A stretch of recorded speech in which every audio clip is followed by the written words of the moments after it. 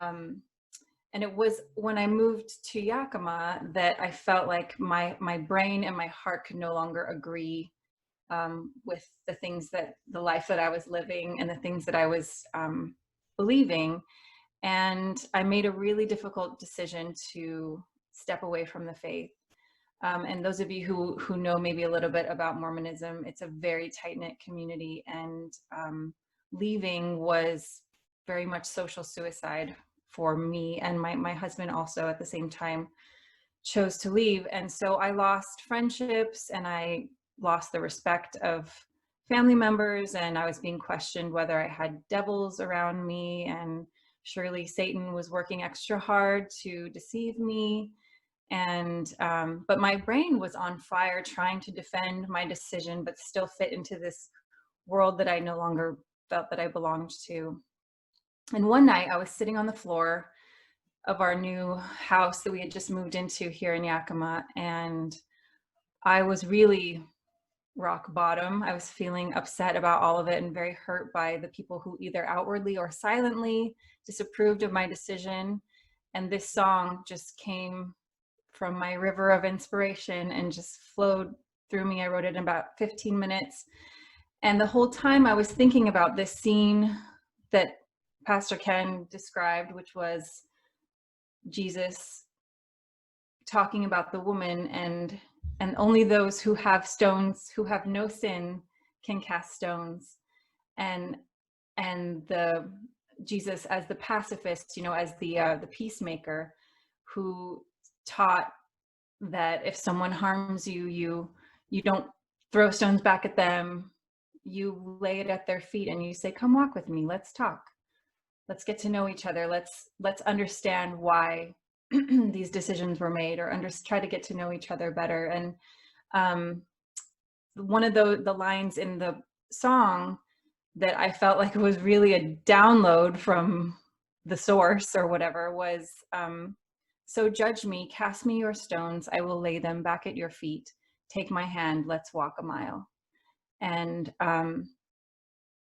even though I have totally different religious beliefs now and spiritual practices, I love that story about Jesus and his example of how we can handle judgment, and rather than throwing stones back at people because they deserve it, thinking of what we can learn when we set down our ammunition and walk with people. Because criticism and judgment really comes from a lack of information and understanding. And I've seen that around the world, that when people don't know and don't understand each other, there's fear, and fear leads to judgment and hatred, and all sorts of criminal activity is caused because of fear and a lack of understanding.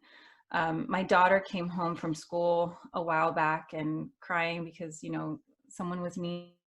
And I told her that often when someone doesn't like you, it's just simply because they don't know you and they don't understand you. And to know someone is to love them. And so when we judge other people, it's based on the assumption that we're right and that they're wrong. It's that black and white thinking, when actually life is really a beautiful array of colors. And the belief that we are more correct than any other person is the foundation of all sorts of conflict and prejudice, conquest, both open and silent arguments.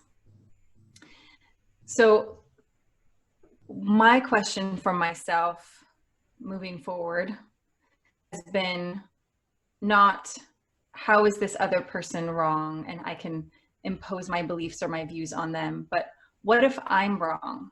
What if my beliefs or what I have accepted as fact is not actually factual? Because I've been proven wrong about so many things in life that my baseline is now, I'm probably wrong about a lot of things, and I'm willing to accept that maybe anything I believe right now, I will change my mind later. And when you have that ability to have an open mind, we're so much more able to understand other people. So one of the most liberating questions that I ask myself is, what if I'm wrong? And when you do that, it's like parting this Red Sea. You can cross over into a land where you can see things through new eyes, and you might risk, feeling foolish for changing your mind, but being willing to accept our own judgments and prejudices and look them in the face helps us transition to new ideas based on new information. So my new mantra has been, I reserve the right to be wrong about everything and to change my mind about anything in the future. This is a concept I never imagined I could do, that was possible, that I was allowed to do this and be wrong. Whether it's my marriage or my friendships or my parenting or whatever it is I'm doing, being willing and able to have that humble attitude that maybe you're wrong about something or an issue or a person frees you. It frees you to make all sorts of adventurous decisions in life. And that leads me to the next concept I want to talk about really quickly, which is the your view of yourself. And I have a question for you. I was asking my husband this last night. I'm an artist, and so I perform all over the internet right now, and I talk to fans all over the place. And I know what a fan feels like, and I know what a critic feels like. A fan tells you that you're amazing, and they pay you to do what you already love to do. Critics tell you that you're terrible and you should stop making music immediately. So there's a big difference. And the question is, are you your greatest fan or are you your greatest critic? Coming out of Orthodoxy, I read a lot about self-care and self-love, and I often felt like it was just a fluffy excuse for me to go get a pedicure. I'm going to take care of myself.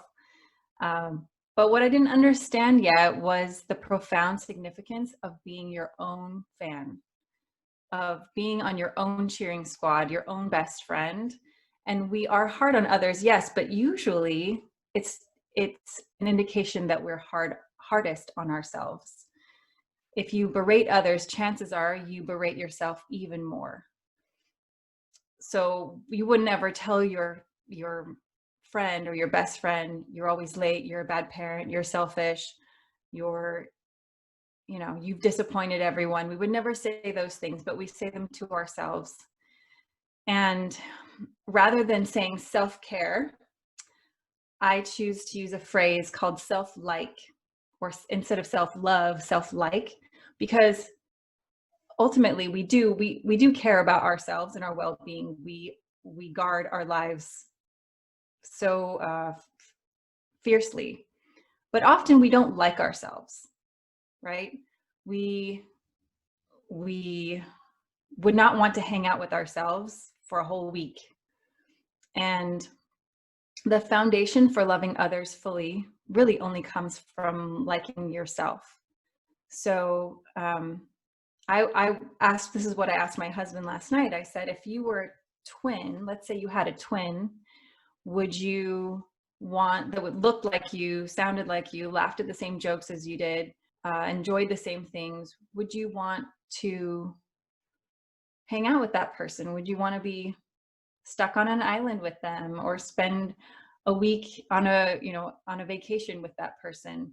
And if your answer is no, that's okay. You're not alone. I felt very much a distaste for myself, especially after stepping away from Mormonism, because I couldn't live with what I had done. I felt that I had harmed my family beyond repair by abandoning them for my own selfish beliefs. And I really, really didn't like myself at all. I did all sorts of things to try to mask how I really felt. And I was embarrassed and torn between two sides of myself. So if this is the case, it's very normal, and it's a transition and it's progression, right? And every day is a new one to find acceptance for who you really are. And there are days, especially in quarantine with my 3 kids, that I get frustrated and I get overwhelmed and I make mistakes and I yell at them and I accidentally text Jan that I need a break. That happened yesterday. And it's at these troubled times that we need each other's full acceptance for whatever life choices we make. And we need our own approval and the freedom to change our minds at any point along the way. So I hope that on this adventure we have together on this planet, trying to live out the best lives we can, it's my hope and wish that we work to rebuild our lives, especially coming out of this quarantine situation, and our economy, that we remember to make room for our own choices and the choices of other people. And that as we return to home and work and school, that we leave our rocks at home. Thank you. Thank you so much, Angela. Thank you. Glad you're here to share with us.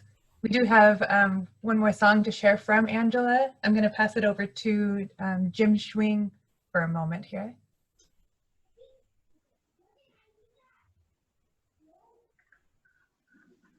This is called Not Going Down, and I will post the lyrics just a moment in the chat box.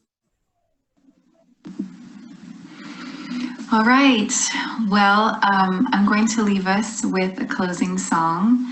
And this song I wrote after a difficult day recently of homeschooling. I have 3 kids at home, and it was a particularly defeating day. And, you know, I know that, you know, we need to process how we feel. And often for me, songwriting is how I process how I feel. And I wrote this song about how, you know, we laugh and we cry and we find a way to survive. And just like the elementary school hallways say, I can do hard things, adults can do hard things too. And we've all been through difficult times before, and this is another one, and we'll make it through. So I want to leave you with this song in hopes that it inspires you to believe in your own strength and in your own ability to make it through hard things. This song is called Not Going Down.